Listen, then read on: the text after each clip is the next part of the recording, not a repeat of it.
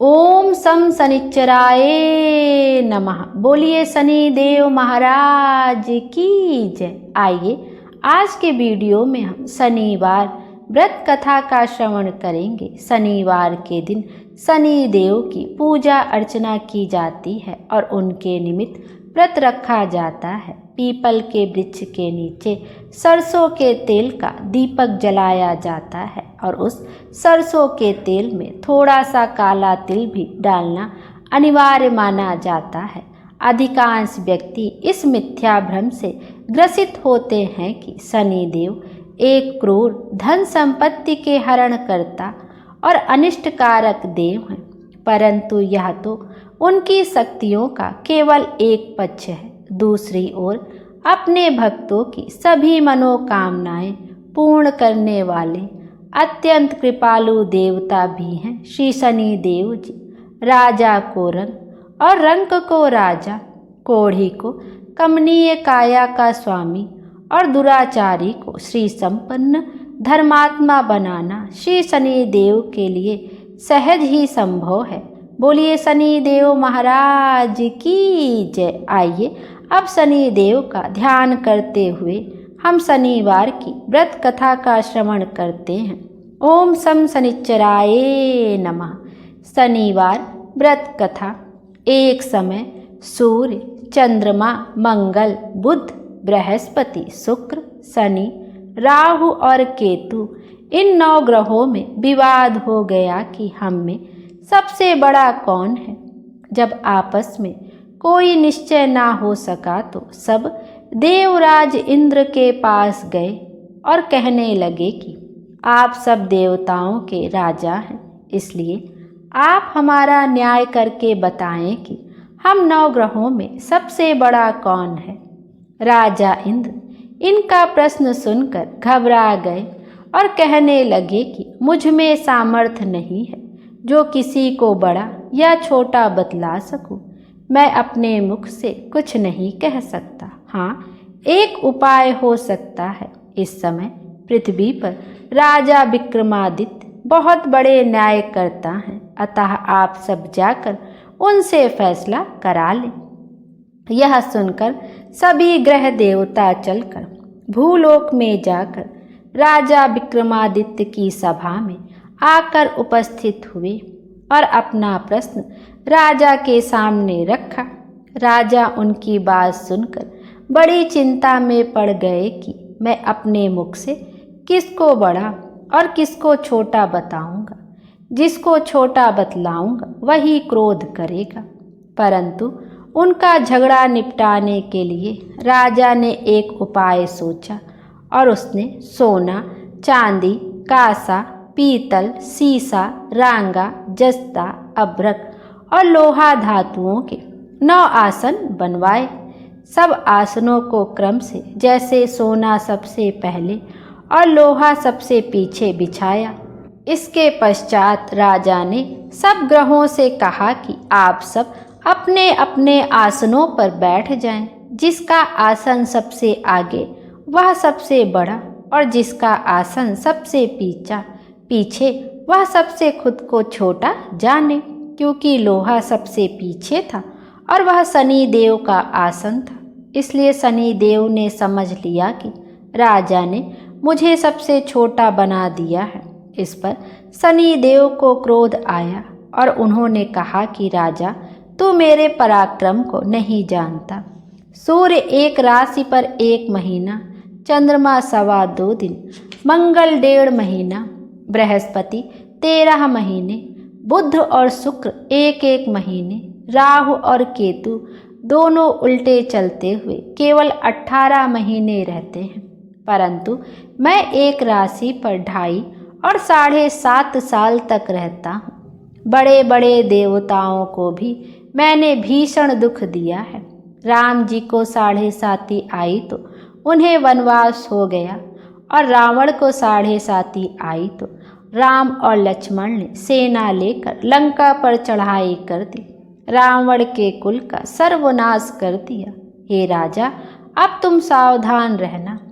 राजा कहने लगा, जो भाग्य में होगा देखा जाएगा। उसके बाद अन्य ग्रह तो प्रसन्नता के साथ चले गए, परंतु शनि देव बड़े क्रोध के साथ वहां से सिधारे। कुछ काल व्यतीत होने पर जब राजा को 7.5 की दशा आई तो शनि देव घोड़ों का सौदागर बनकर अनेक सुंदर घोड़ों सहित राजा की राजधानी में आए। जब राजा ने सौदागर के आने की खबर सुनी तो अपने अश्वपाल को अच्छे अच्छे घोड़े खरीदने की आज्ञा दी। अश्वपाल ऐसे अच्छे नस्ल के घोड़े देखकर और उनका मूल्य सुनकर चकित हो गया और तुरंत ही जाकर राजा को खबर दी। राजा उन घोड़ों को देखकर एक अच्छा सा घोड़ा चुनकर उस पर सवारी करने के लिए चढ़ा। राजा के पीठ पर चढ़ते ही घोड़ा जोर से भागा। घोड़ा बहुत दूर एक बड़े जंगल में जाकर राजा को छोड़कर अंतर्ध्यान हो गया। इसके बाद राजा अकेला जंगल में भटकता रहा। बहुत देर के पश्चात राजा ने भूख और प्यास से दुखी होकर भटकते भटकते एक ग्वाले को देखा। ग्वाले ने राजा को प्यास से व्याकुल देखकर पानी पिलाया। राजा की उंगली में एक अंगूठी थी, वह उसने निकालकर प्रसन्नता के साथ ग्वाले को दे दी और शहर की ओर चल दिया। राजा शहर में पहुंचकर एक सेठ की दुकान पर जाकर बैठ गया और अपने आप को उज्जैन का रहने वाला तथा अपना नाम बीका बतलाया।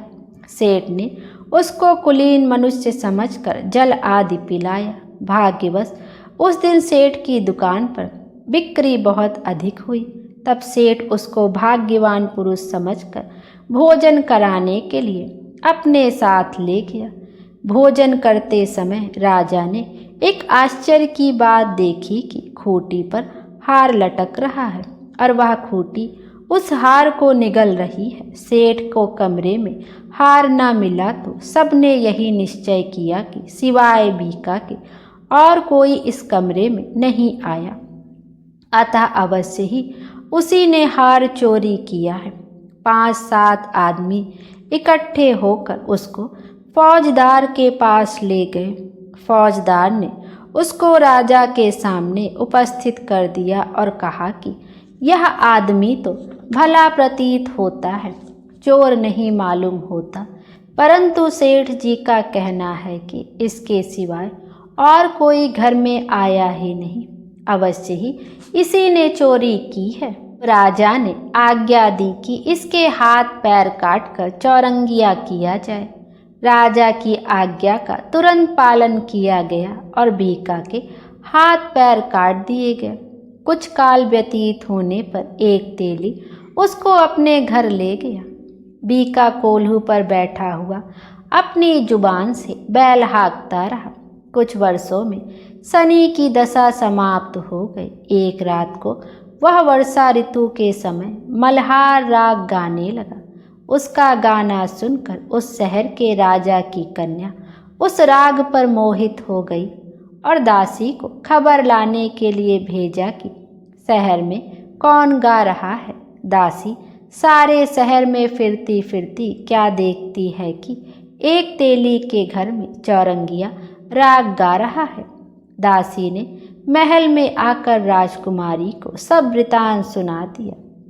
बस उसी क्षण राजकुमारी ने यह प्रण कर लिया कि चाहे कुछ भी हो, मुझे इस चौरंगिया के साथ विवाह करना है। माता ने कहा, पगली, यह क्या बात कह रही है? तुझको किसी देश के बड़े राजा के साथ ब्याह जाएगा। कन्या कहने लगी कि माताजी, मैं अपना प्रण कभी नहीं तोड़ूंगी। माता ने चिंतित होकर यह बात राजा को बताई।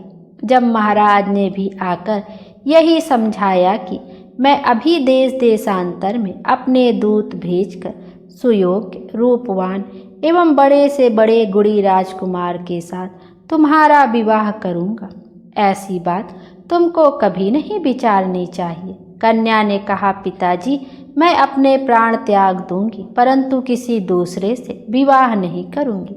इतना सुनकर राजा ने क्रोध से कहा, यदि तेरे भाग्य में ऐसा ही लिखा है तो जैसी तेरी इच्छा हो वैसा ही कर।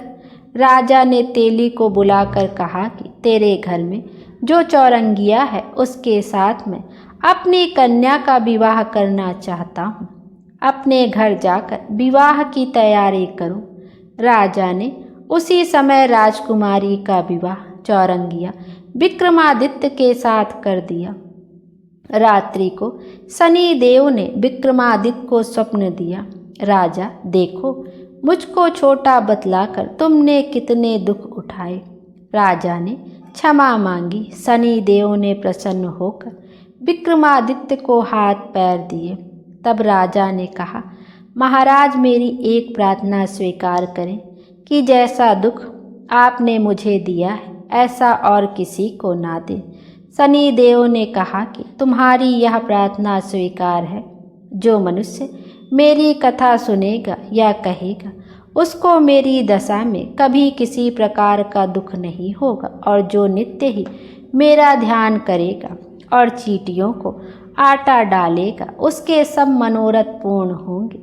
इतना कहकर शनि देव अपने धाम को चले गए। राजकुमारी की आँख खुली तो उसने अपने पति के हाथ पांव देखे तो उसे बड़ा आश्चर्य हुआ।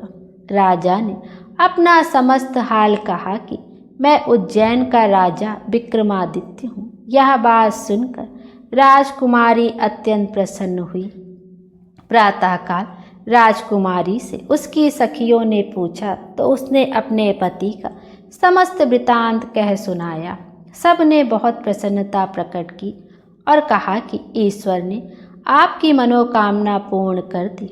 जब उस सेठ ने यह सुना तो वह सेठ विक्रमादित्य के पास आया और उनके पैरों में गिरकर क्षमा मांगने लगा कि आप पर मैंने चोरी का दोष लगाया, अतः आप मुझको जो चाहें दंड दें। राजा ने कहा, मुझ पर शनि देव का प्रकोप था, इसी कारण यह सब दुख मुझको प्राप्त हुआ।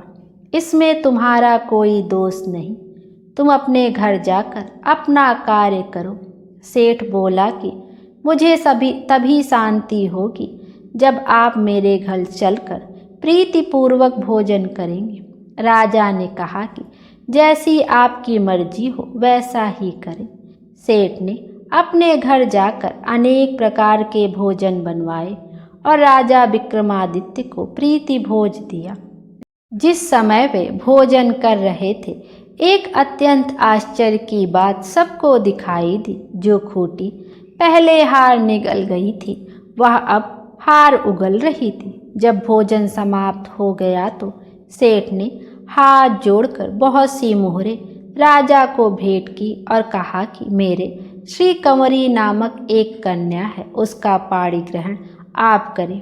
इसके बाद सेठ ने अपनी कन्या का विवाह राजा के साथ कर दिया और बहुत सा दान दहेज आदि दिया। कुछ दिनों तक वहां निवास करने के पश्चात विक्रमादित्य ने शहर के राजा से कहा कि अब मेरी उज्जैन जाने की इच्छा है। राजा और सेठ से विदा लेकर राजकुमारी मनभावनी, सेठ की कन्या श्री कंवरी तथा दोनों जगह के दहेज में प्राप्त अनेक दास दासी और पालकियों सहित विक्रमादित्य उज्जैन की तरफ चले। जब शहर के निकट पहुँचे और पुरवासियों ने राजा के आने का संवाद सुना तो समस्त उज्जैन की प्रजा अगवानी के लिए आई। बड़ी प्रसन्नता से राजा अपने महल में पधारे। सारे शहर में बड़ा भारी महोत्सव मनाया गया और रात्रि को दीपमाला की गई। दूसरे दिन राजा ने शहर में यह सूचना कराई कि शनिचर देवता सब ग्रहों में सर्वोपरि हैं। मैंने इनको छोटा बतलाया, इसी से मुझको यह दुख प्राप्त हुआ। सारे शहर में प्रत्येक शनिवार को शनि देव की पूजा और कथा होने लगी और प्रजा अनेक प्रकार के सुख भोगती रही। जो कोई शनिचर की कथा को पढ़ता अथवा सुनता है, शनि देव की कृपा से उसके सब दुख दूर हो जाते हैं। बोलिए शनि देव महाराज की जय। आइए अब शनि देव की आरती का भी श्रवण करते हैं। जय श्री शनि देवा स्वामी, जय श्री शनि देवा, कष्ट नभे नर पाते, जो करते सेवा। ओम जय श्री शनि देवा। सूर्य के वाहन छाया के पूता, तुमसे विमुख जगत नहीं सुख पाता। जय श्री शनि देवा। स्वामी जय श्री शनि देवा। जय दुख भंजन जय जय रविनंदन, सेवा करे जो तुम्हारी जग से तर जाता। जय श्री शनि देवा। रावण दुष्ट महाबल सब जग है त्रासा, पड़ी दृष्टि तुम्हारी हुआ कुल नासा। जय श्री शनि देवा। तेज अपार तुम्हारा अतुलित बलकारी, सब देवन के देव सुनिए विनय हमारी। जय श्री शनि देवा। स्वामी जय श्री शनि देवा। बोलिए शनि देव महाराज की जय। आइए अब गणेश जी की व्रत कथा का भी श्रवण करते हैं। विनायक स्वरूप गणेश जी की कथा। किसी नगर में अपने पुत्र और पुत्रवधू के साथ एक नेत्रहीन बुढ़िया रहती थी। वह श्रद्धापूर्वक विधि विधान से नित्य ही गणेश जी की पूजा आराधना किया करती थी। एक दिन प्रसन्न हो गणेश जी प्रकट हुए और बोले, बुढ़िया माँ, तू जो चाहे सो मांग ले। बुढ़िया बोली, कैसे और क्या मांगूं? मुझे तो मांगना आता ही नहीं है। तब गणेश जी बोले, अपने बेटे बहू से पूछ कर मांग लेना, मैं कल फिर आऊँगा। बुढ़िया ने बेटे से पूछा तो बेटा बोला कि धन मांग लो। बहू बोली कि पोता मांग लो।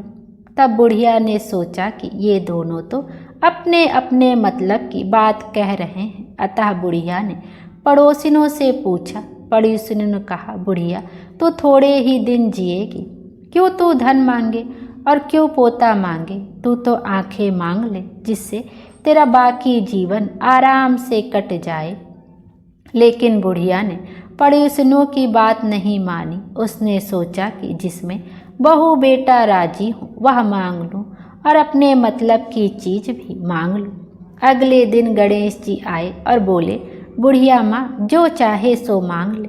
बुढ़िया बोली, यदि आप प्रसन्न हैं तो मुझे 9 करोड़ की माया दे, निरोगी काया दे, आँखों की रोशनी दे, पोता दे, सब परिवार को सुख दे और अंत में मोक्ष दे।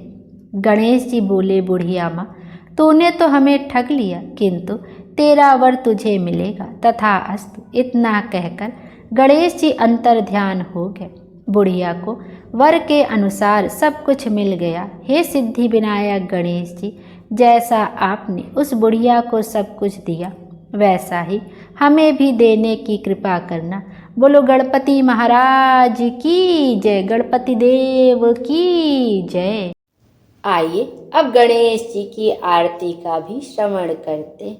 जय गणेश जय गणेश जय गणेश देवा, माता जाकी पार्वती पिता महादेवा। एक दंत दयावंत चार भुजाधारी, मस्तक सिंदूर सोहे मूस की सवारी। अंधन को आँख देत कोढ़िन को काया, बाझन को पुत्र देत निर्धन को माया। हार चढ़े फूल चढ़े और चढ़े मेवा, लड्डुवन का भोग लागे संत करे सेवा। दीनन की लाज रखो शंभु सुतवारी, कामना को पूरा कर जग बलिहारी। जय गणेश जय गणेश जय गणेश देवा, माता जाकी पार्वती पिता महादेवा। माता जाकी पार्वती पिता महादेवा। बोलिए गणेश जी महाराज की जय। गणेश जी महाराज हम सबकी मनोकामना पूर्ण करें और हमारे जीवन को खुशियों से भर दें। Thank you.